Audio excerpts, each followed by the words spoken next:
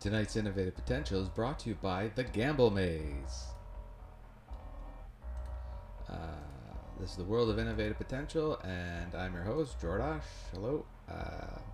Today I'm talking about the Gamble Maze, and basically my development cycle is a video game I made from a dice game, and how that experience grew into an actual finished product, and sort of what was going on through everyone's mind, how it worked, what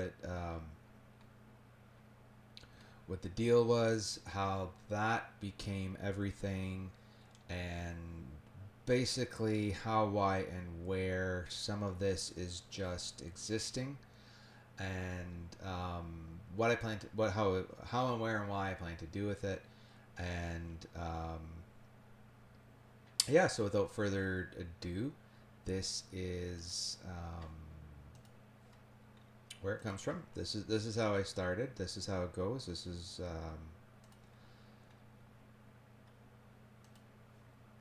how and why it exists. So basically, I started making this video game because I got tired of re-explaining and trying to, like, it's like, we all know cancer and cancer deaths suck. Blah, blah. I get really tired of this because it's like, it's the most soul-sucking, draining type of thing associated with a disease.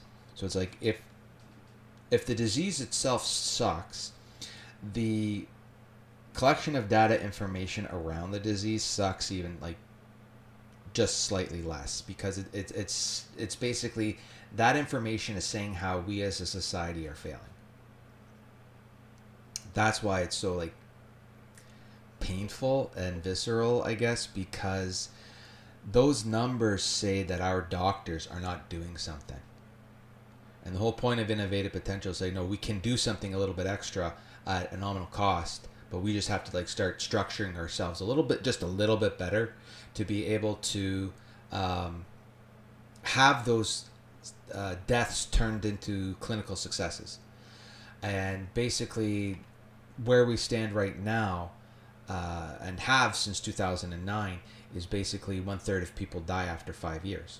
And that number has gotten better, but as we stand today, it's 1/3 of the people after a diagnosis will be dead. And most of that's cancer of the colon and lungs, but all cancers total is still 1/3 after 5 years. So basically, that's the source of this dice game. I took that statistics, that 1/3 probability after 5 years, and turned it into a dice game. So it's basically bingo.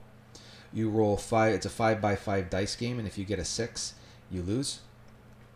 And that's the same probability. It's to try and teach. This is where it is, and this is where you can also find this number. So basically, you roll 5 dice 5 times, and if a 6 comes up in those 25 numbers, you lose. And then you just make it a competition between, if you have multiple players, the first person to get a 6 gets out, and the other person wins. So that's basically the game of dice that was set up I kind of set up in 2023, and then in this year, I made a video game. And I talked about this in a previous video. And that video game is the Gamble Door, and it's also the Gamble Maze. And I made multiple video games because it was easy. It turned out the Godot engine was easy enough to start translating some of the mathematics into a compiler and a computational system for making an entertainment product with. So basically, this is the first game. It's called the Gamble Door. Where basically that 5 dice 5 times, that 33 out of 100 chance of loss outcomes is just compressed into a single point and click. Do you live or die? Basically, that's sort of what's being hidden here in a more entertaining package. So if you just do this like 100 times, it'll come out 66 times into the white and 33 times into the black. And that's the gamble door. I needed to learn how to start presenting this into some fashion that I know I don't hate repeating. And that's really what it's about. Then I made a second door. Within the same day. I ended up with almost within the same hour. The same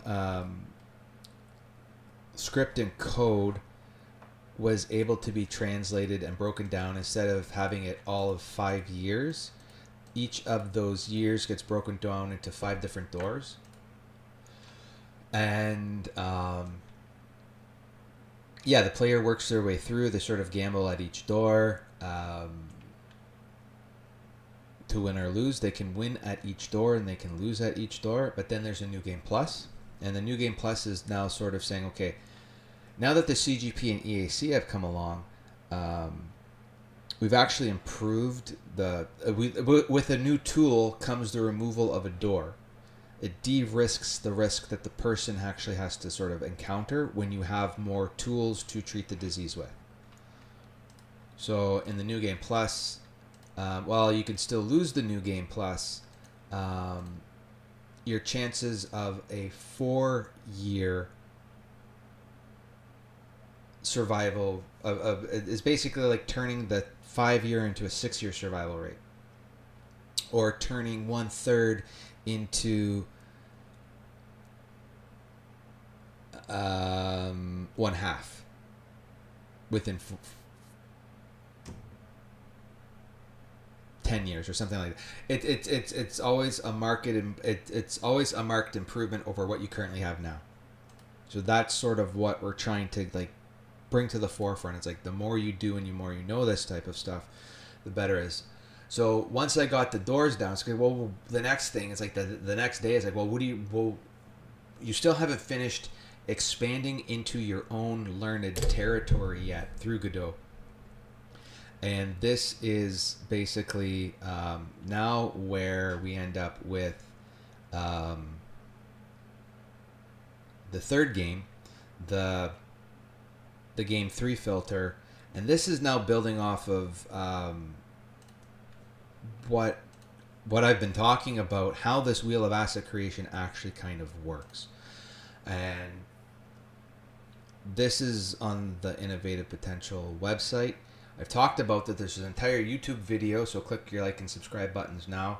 There's an entire YouTube video, an hour-long dedication running through this wheel, so I'm going to run through it really fast, explaining it. So it's like, I need a way to better communicate this information, and the first thing I think of is like what I'm able to do, and where the joke or the funny sort of like non sequitur is this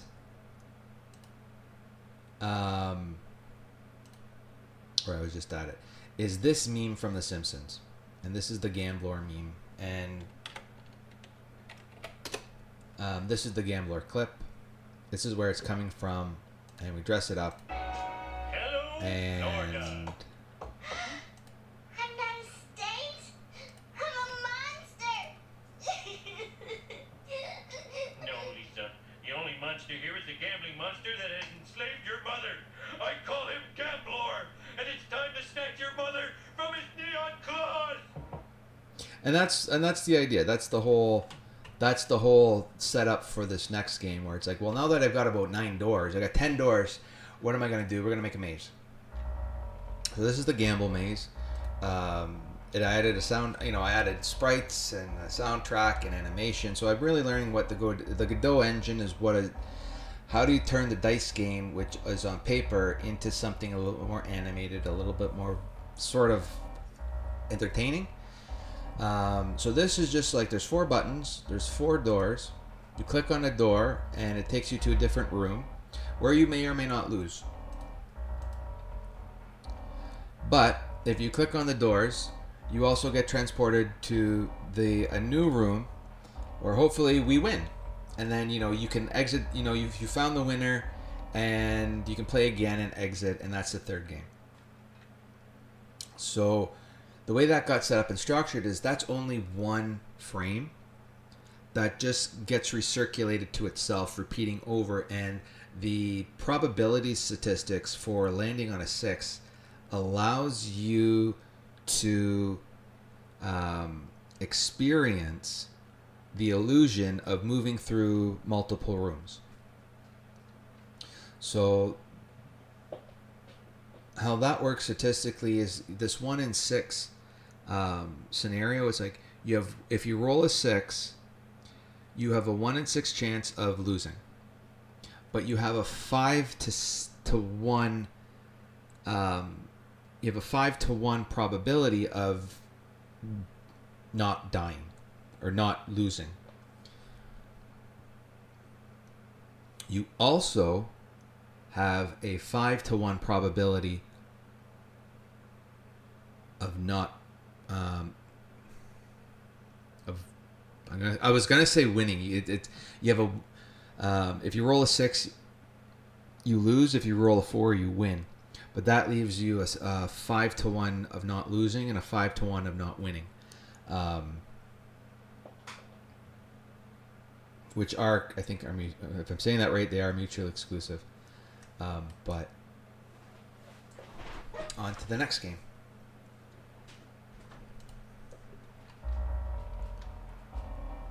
The next game is actually a 5x5 grid.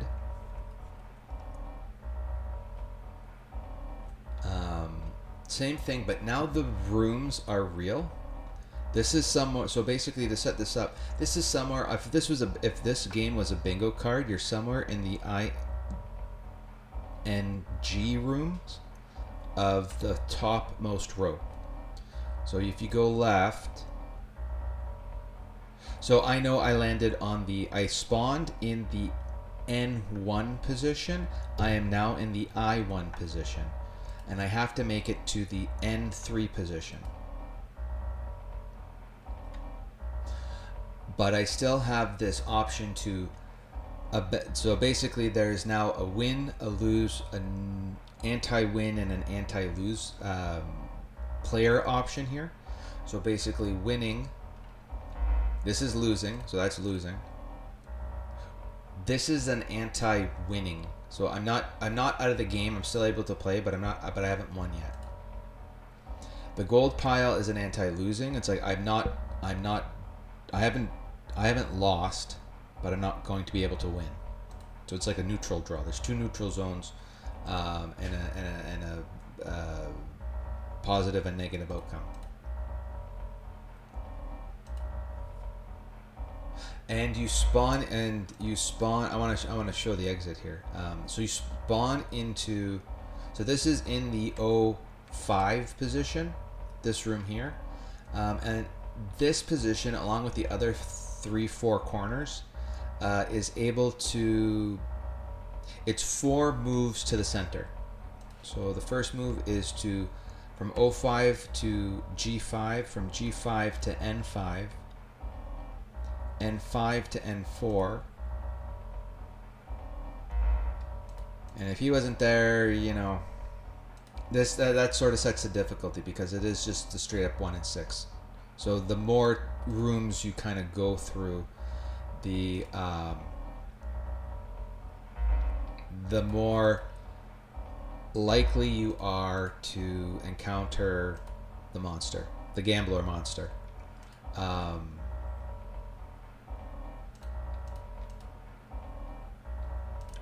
But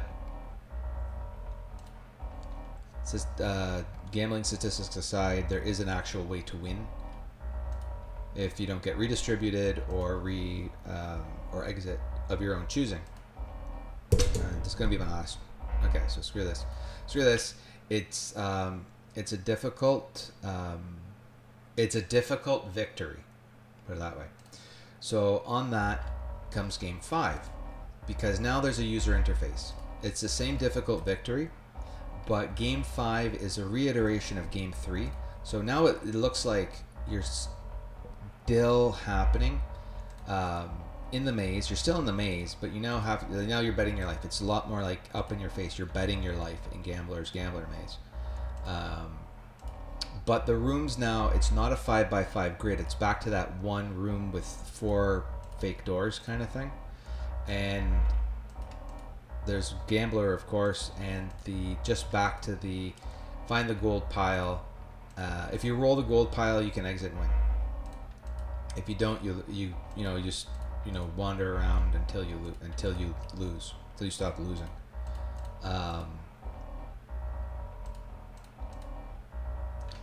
Try and find, this will be the last one because I'm going to try and find the actual like gold pile on this. But you occasionally get these like gaps where it's like, no, it's just a bunch of rooms, and you're just sort of like lost in the sea of room identical. You're lost in the sea of identical cubicle rooms, basically. That's not a function. It's still 5-1 of not winning and not losing. So you have 10-2 odds of absolutely nothing happening, which is kind of what's happening now. We're in this like 10-2 loop.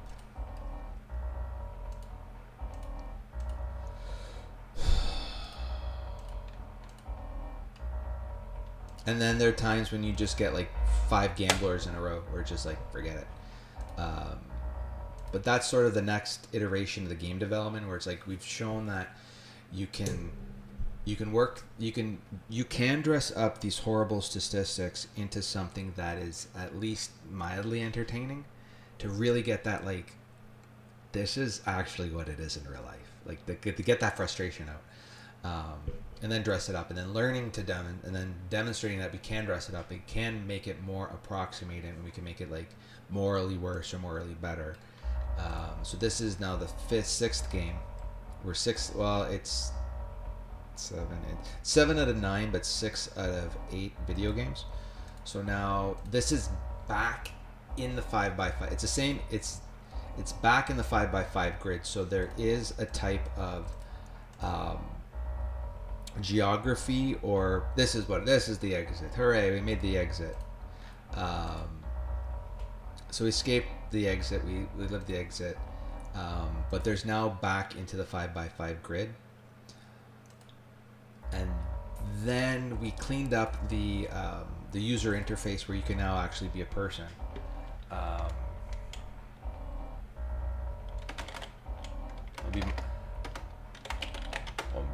be Homer. Real Homer. Just like the 80s, it's all capital letters. And that's sort of the vibe we're going for here, is like, can this like, just like Cuphead, can this game fit in a technological niche to almost sort of fill a gap here? Because, well, frankly, the technology level is what I'm capable of. So somewhere in the 80s, maybe the late 70s, this game could have been, the number one blockbuster that, a show then in the 90s is able to reference back to. It's like, create the reference, spin that wheel of asset creation, and try and find how this fits into a larger sort of structure.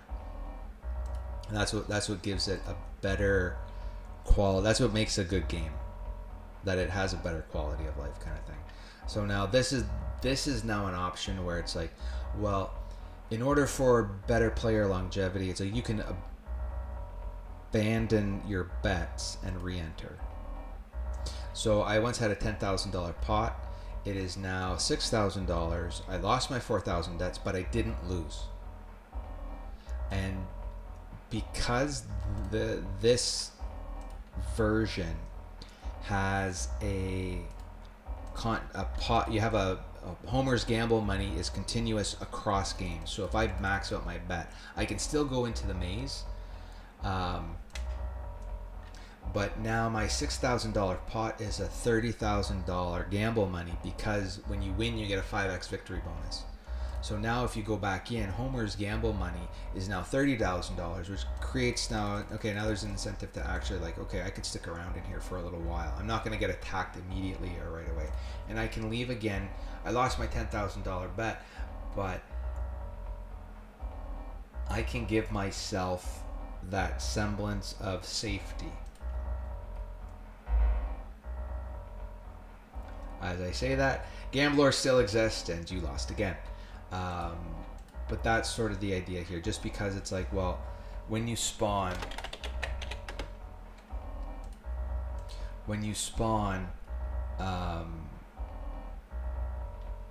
you can still spawn on Gambler, and that makes it more difficult to.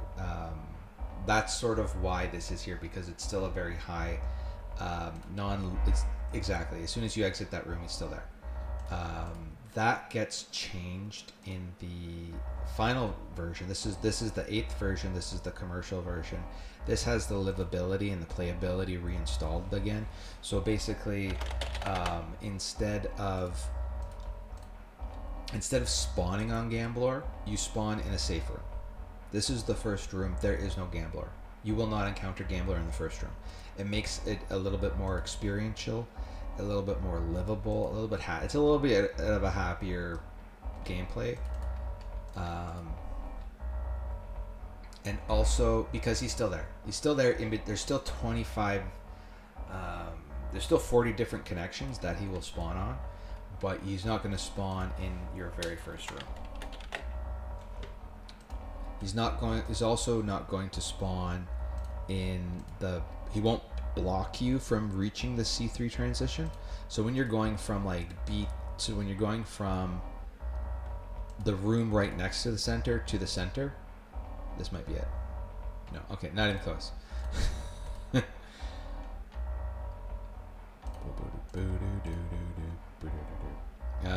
So basically, this next room, in the previous versions, had a Gambler opportunity, but that was removed for the final version. If I find it, that's two. Okay, so entering this room no longer from any of the 4 directions does not have a Gambler capacity to it. You get your 5x victory bonus and you go through. So entering the maze does not spawn Gambler anymore, where it did, which made it just a little bit too much extra on the frustration juice. And choosing to enter the maze. So choosing to continue the maze and not exit would also spawn Gambler. So there are 3 locations that are removed Gambler from this initial room, this exit, and the entrance to the exit room. Just to allow more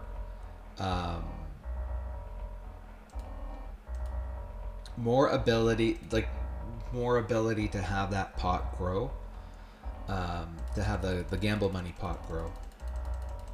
And that's it. That's sort of the take home. This is the one you put up for, I don't know, maybe $5. I have enough for $5 on here. It's kind of fun. I'm not disappointed by $5. Is it 2? It's 2, and there's not other stuff, but it's doing what it's doing, and it's doing what it's doing well, and that's what's sort of pushing it into the 5 point. So I'm just gonna exit, and I'm gonna take my $190,000. There's no cap on it, so I'm gonna take my $190,000, just exit.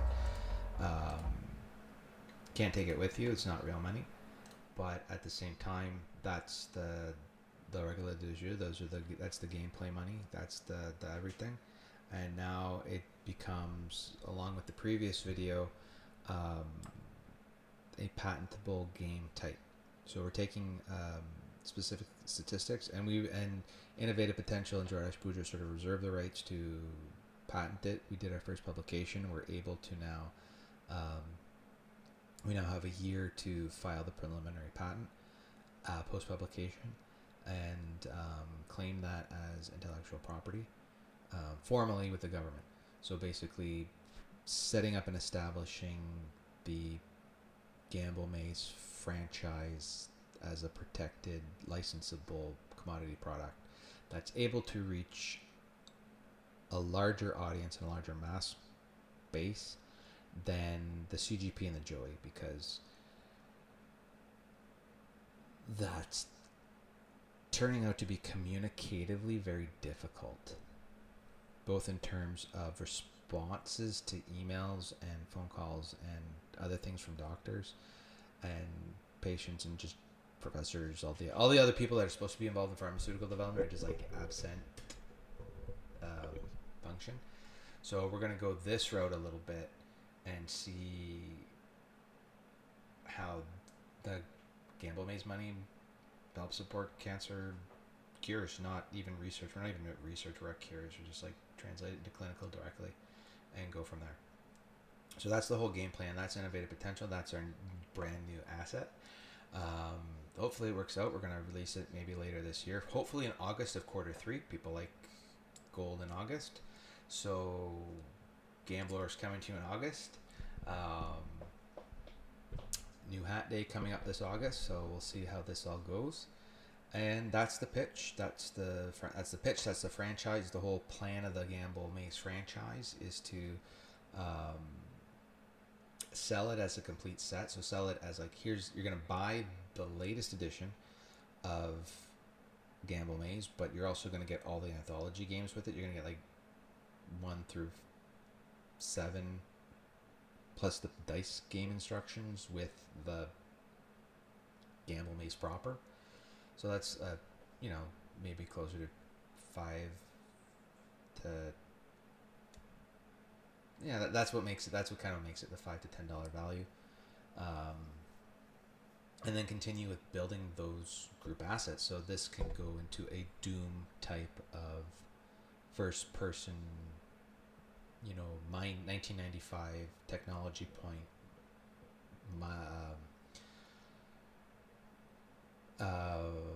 Windows Maze screensaver type of experience. It can go into a Super Nintendo Legend of Zelda type of experience. It can go into a PlayStation 1 type of experience.